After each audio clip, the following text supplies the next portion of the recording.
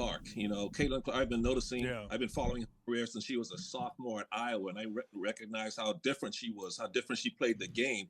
She played the game like Steph Curry. We had never seen a woman play like that before.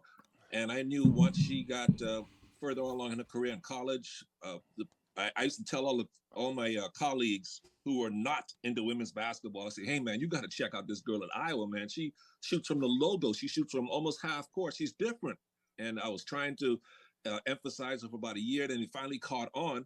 And men who travel with us in our traveling party who are basically anti-women's basketball just didn't care for it, didn't want to talk about it, had no interest in it at all. They all of a sudden they started watching Caitlin Clark and got intrigued by her, and they became fans of her and her game.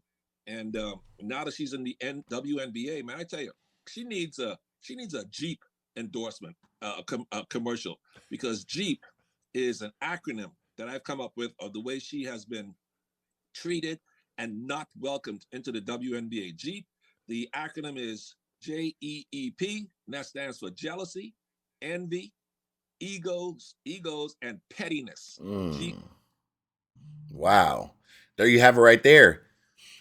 Klay Thompson's father giving his intake and input on the Caitlin Clark situation in the WNBA, pretty much stating that these girls are jealous. They're showing enviness. They're showing just that they don't like her. They hate on her. The first clip is this. Well, they don't like Caitlin Clark. They don't like her. They don't like Caitlin Clark. It's very clear.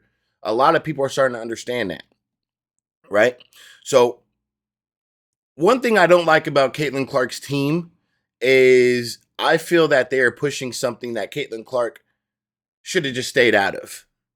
Right? When that comes to, oh, let's do this for the rest of the women in the league.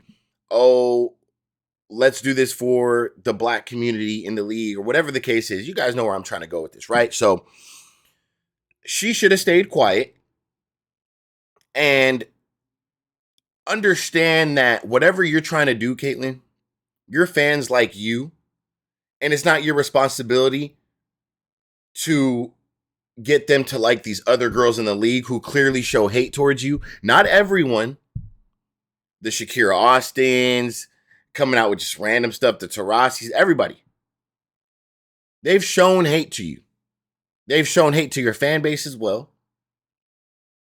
And it's not going to stop. They showed hate towards you on the court, jealousy on the court. They've shown jealousy and hate towards you during interviews. Anytime they get asked about you, knowing that you're the biggest thing in the game right now and knowing that you're the reason why this game grew, they don't like to talk about it. They try to go around it. And it's not fair to Caitlin. I understand Caitlin's a very nice girl. She's trying to get everybody involved. But honestly, Caitlin, it's not your responsibility. You're already doing a lot for this league, and the league is shitting on you. The WNBA barely promotes you. Your Nike contract is shit. Nike barely promotes you. You still have no Nike shoe. So I don't like how the league is treating her. At all. The league in general. Like I said, the WNBA, they barely post about you. Barely. What does that show you? Who runs the WNBA socials? Who's the admin? The admin clearly doesn't like you. I'm sorry. Cheryl Swoops, a bunch of people that I've seen just talk about you, Lexi Brown, just multiple things, and it's kind of nasty.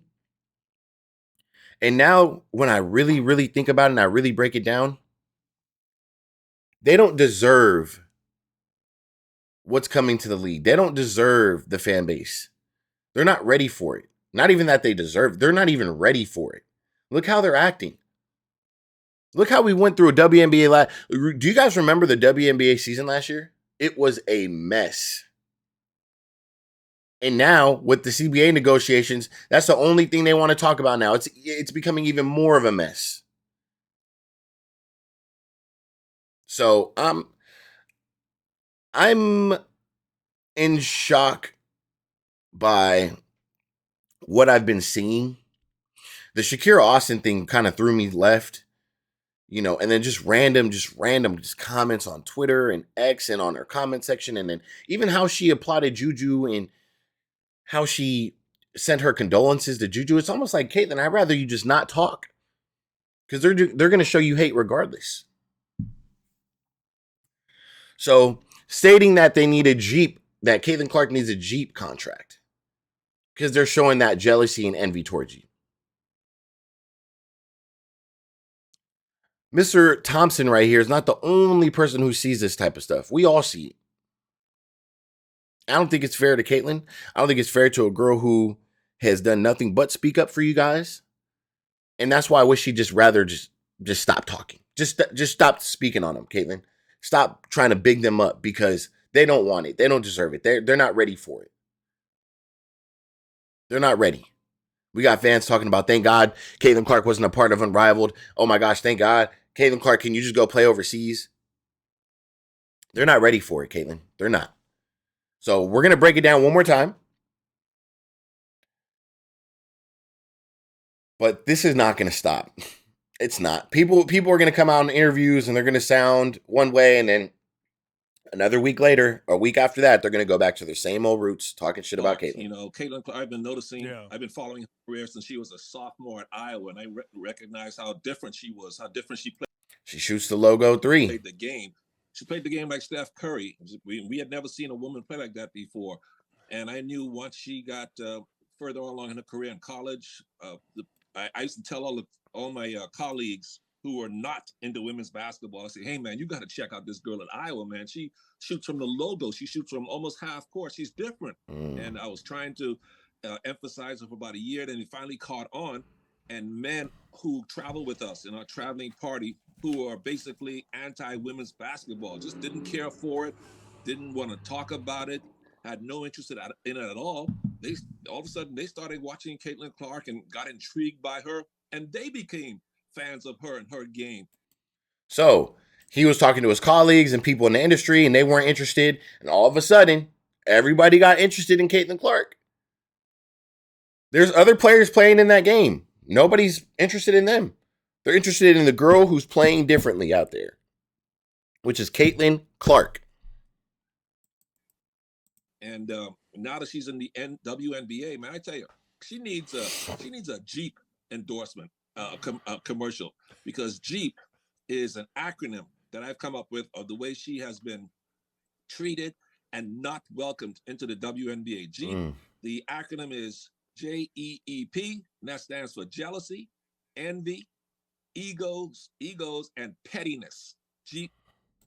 The way she's been treated and welcomed into this league. Pettiness, ego. Yeah, there's a lot of that in this league. They don't like the fact that, one, Caitlyn's white. Two, Caitlyn has all of the fan base. Three, Caitlyn Clark's getting all the media attention. Four, every time they're in a home game, Caitlyn Clark's fans are there.